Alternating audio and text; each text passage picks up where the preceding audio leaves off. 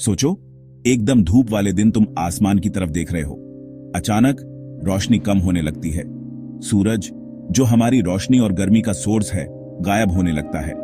आसमान काला पड़ जाता है और धरती पर एक अजीब सी शाम जैसा अंधेरा छा जाता है। यह है सूर्य ग्रहण, एक ऐसा खगोलीय नजारा जिसने सदियों से इंसानों को हैरान किया है। इंडिया में हम इसे सूर्य ग्रहण कहते हैं। सूर्य मतलब सन गॉड और ग्रहण मतलब पकड़ लेना या ढक लेना। यह एक रेयर इवेंट है जब चांद, सूरज और धरती के बीच में आ जाता है और टेम्पोरेरीली सूरज की रोशनी को ब्लॉक कर देता है। थोड़े टाइम के लिए चांद एक सिलुएट बन जाता है, जलते हुए सूरज के सामने। यह एक ऐसा नजारा है जो हमें इंस्पायर करता है, ऑ और वंडर से भर देता है। यह एक्सपीरियंस एक्सिलरेटिंग भी हो सकता है और थोड़ा अनसेटलिंग भी। भले ही हम जानते हैं कि यह टेम्परेरी है, सूर्य ग्रहण का अंधेरा हमें याद दिलाता है कॉस्मोस की पावर का। सूर्य ग्रहण को समझने के लिए हमें सबसे पहले परछाई को समझना होगा। अपना हाथ किसी लाइट सोर्स के सामने रखो। तुम्हारे हाथ के पीछे का एरिया जहां लाइट नहीं पहुंच सकती, डार्क हो जाता है। यह तुम्हारे हाथ की परछाई है। सूर्य ग्रहण के दौरान चांद अपनी परछाई धरती पर डालता है। ऐसा इसलिए होता है क्योंकि सूरज, चांद और धरती लगभग एक सीधी लाइन में आ जाते हैं। चांद सूरज से बहुत छोटा होने के कारण उसकी पूरी लाइट को ब्लॉक नहीं कर सकता। इसकी बजाय यह एक मूविंग शैडो बनाता है जो धरती की सरफेस पर घूमती है। इस शैडो के दो पार्ट्स होते हैं, अम्ब्रा और पेनम्ब्रा। अम्ब्रा शैडो का सबसे डार्क पार्ट होता है, जहां सूरज पूरी तरह से चांद से ढका होता है। यहीं पर टोटल सोलर इक्लिप्स दिखाई देता है। सूर्य ग्रहण हर महीने नहीं होते।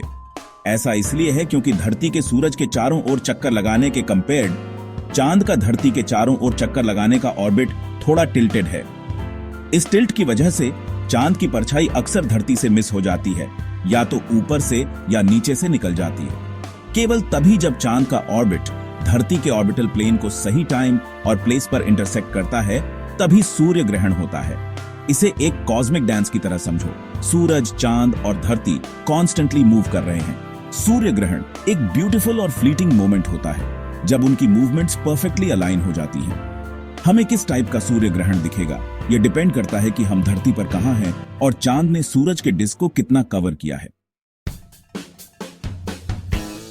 सेक्शन 4, ग्रहण के बारे में मजेदार बातें। यहां कुछ इंटरेस्टिंग बातें हैं जो शायद आप सूर्य ग्रहण के बारे में नहीं जानते होंगे। टोटल सोलर इक्लिप्स धरती पर एक बहुत ही नैरो पाथ से दिखाई देते हैं। यह पाथ आमतौर पर लगभग 100 माइल्स वाइड होता है। टोटल सोलर इक्लिप्स ज्यादा से ज्यादा 7.5 मिनट्स तक चल सकता है।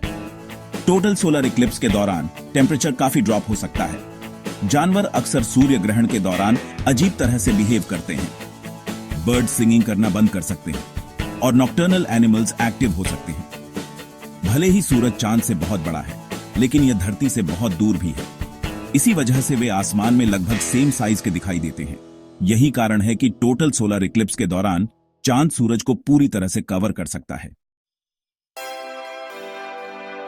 सेक्शन 5, इक्लिप्सेस इन कल्चर, मिथक और कहानियां।